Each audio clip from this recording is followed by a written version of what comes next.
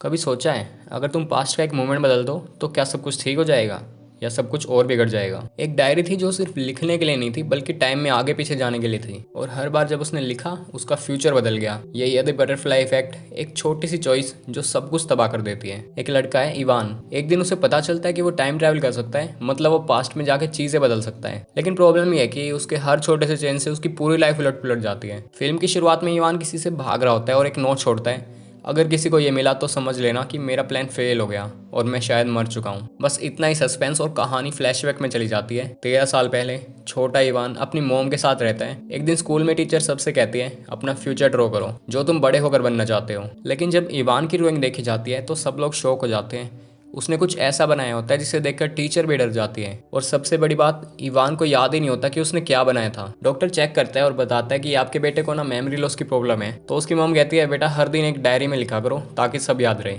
कुछ दिन बाद इवान किचन में नाइफ लेके खड़ा होता है। उसकी मॉम पूछती है ये क्या कर रहे हो।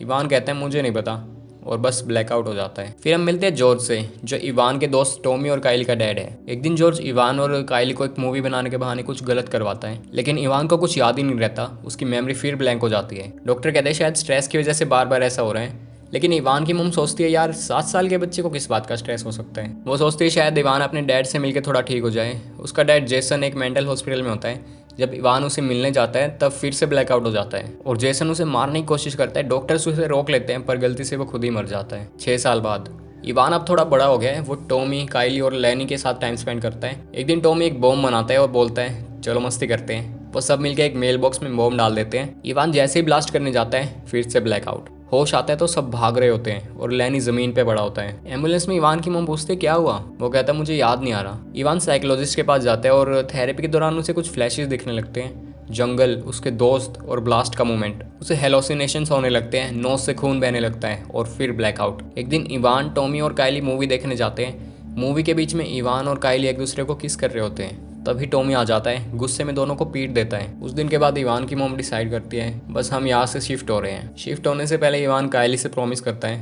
मैं वापस आऊंगा। लेकिन उससे पहले एक शॉकिंग सीन होता है। टॉमी अपने गुस्से में इवान के डॉग को जिंदा जला देता है। इवान और लैनी उसे बचाने जाते हैं और तब इवान फिर ब्लैकआउट हो जाता है। होश आने पर सिर्फ राख ही बची होती है और वो मोमेंट इवान को हमेशा के लिए डरा देता है। 7 साल बाद इवान अब बड़ा हो गया है। अब वो साइकोलॉजी स्टूडेंट है और उसके पास उसकी पुरानी डायरीज हैं। उसे याद नहीं आता कि क्या हुआ था, पर सब कुछ लिखा हुआ है। एक दिन उसे रियलाइज होता है कि 7 साल में कोई भी ब्लैकआउट नहीं हुआ, सब कुछ नॉर्मल है। पार्टी होती है, सब लोग खुश हैं। रूममेट थंपर कहता है ब्रो तू लकी है। उस रात इवान एक लड़की को अपनी डायरीज पढ़ के सुनाता है। जैसा ही वो उस पेज पे जाता है जहाँ टॉमी ने उसके डॉग को जलाया था, सब कुछ फ्लैश होने लगता है और एक सेकंड के लिए वो लिटरली पास्ट में चला जाता है। ब्लैकआउट नहीं होता बल्कि पूरा मोमेंट दोबारा जीता है। वापस आके वो शौक में होता है क्या ये सब सच था या कोई सपना। और यहीं से स्टार्ट होता है द बटरफ्लाई इफेक्ट का असली खेल। इवान को समझ आता है कि वो अपनी डायरीज के जरिए पास्ट में जा सकता है और कुछ भी बदल सकता है, लेकिन हर छोटी सी चेंज का उसके प्रेजेंट पे एक बड़ा असर पड़ता है। इवान अपने दोस्त लैनी से मिलने जाता है। लैनी अब भी बचपन जैसा ही है, प्लेन्स बनाता है और वही बेड में सो जाता है। इवान पूछता है भाई उस दिन मेल बॉक्स वाले दिन क्या हुआ था। लैनी बोलता है मैं रस्सी नहीं काट पाया था और मुझे याद है कि तूने बोला था अपनी मोम को बोल गोयर के पास जाए जब वो सो रहा हो। इवान शौक में आ जाता है क्योंकि ये वही लाइन थी जो उसने ब्लैकआउट होने से पहले सुनी थी। अब उसे समझ आ गया कि ये सब सपना नहीं था बल्कि सच में हो रहा है। इवान अपनी डायरी पढ़ता है और फिर से मेल बॉक्स वाले दिन में ट्रैवल करता है। वो देखता है एक लेडी मेल बॉक्स के पास गई थी और उसी वक्त बॉम्ब ब्लास्ट हुआ था। वो लेडी मर गई थी। वापस आने पे इवान के पेट पे एक निशान होता है, जैसे उस ब्लास्ट का निशान रियलिटी में आ गया हो। अब उसे समझ आ गया कि जो भी मैं बदलता हूँ वो प्रेजेंट में सच बन जाता है। इवान अब काइली से मिलने जाता है, उसे जो बचपन में प्रॉमिस किया था उसे पूरा करने।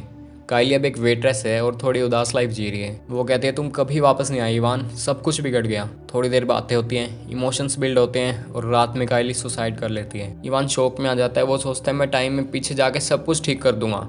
वो डायरी पढ़ के वापस जाता है उस दिन जब जॉर्ज ने उनसे गलत काम करवाया था। इवान उसे धमकाता है अगर तूने काइली को हाथ भी लगाया ना तो मैं तुझे मार दूंगा। और जैसे ही वो वापस आता है प्रेजेंट बदल जाता है। अब काइली और इवान गर्लफ्रेंड बॉयफ्रेंड है, सब परफेक्ट लगता है, लेकिन रियलिटी कुछ और ही थी। अब इवान के नए दोस्त काफी स्टूपिड लोग हैं और टॉमी जेल में है। टॉमी बाहर आके गुस्से में कहता है तू मेरी बहन को ले गया, तेरी हिम्मत कैसे हुई। और एक दिन फाइट में इवान गलती से उसे मार देता है और रिजल्ट इवान जेल में पहुंच जाता है। जेल में सब उसे तंग करते हैं, मारते हैं।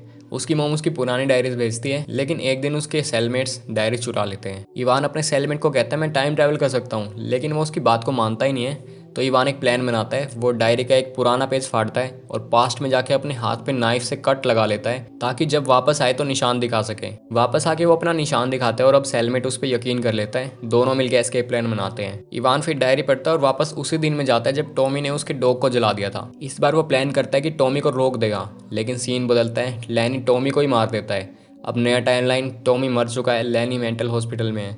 सब कुछ फिर से बिगड़ गया। इवान बार बार अपनी गलती सुधारने के लिए पास्ट में जाता है। एक बार वो मेल बॉक्स वाला दिन बदलता है और ब्लास्ट होने से पहले उस लेडी को बचा लेता है, लेकिन उस लेडी को बचाने के चक्कर में उसके खुद के हाथ उड़ जाते हैं। प्रेजेंट में वो हैंडलेस होता है। कायली और टॉमी हैप्पी कपल है, लैनी भी नॉर्मल है। इवान रियलाइज करता है मैं जितना पास्ट बदलता हूँ उतना ज्यादा सब बिगड़ता जा रहा है। अब इवान की मोम कैंसर से मर रही होती है क्योंकि एक टाइमलाइन में उसने ज्यादा स्मोकिंग स्टार्ट कर दी थी। इवान डिसाइड करता है इस बार सब कुछ ठीक कर दूंगा, चाहे कुछ भी हो जाए। वो फिर से अपनी डायरी पढ़ता है और लास्ट टाइम ट्रेवल करता है उसी दिन में जब उन्होंने पहली बार वीडियो शूट की थी। वहाँ कायली भी होती है। वो एक्सप्लोजिव को डिस्ट्रॉय करने जाता है पर गलती से ब्लास्ट कायली के पास हो जाता है और वो मर जाती है। अब इवान एक मेंटल हॉस्पिटल में है।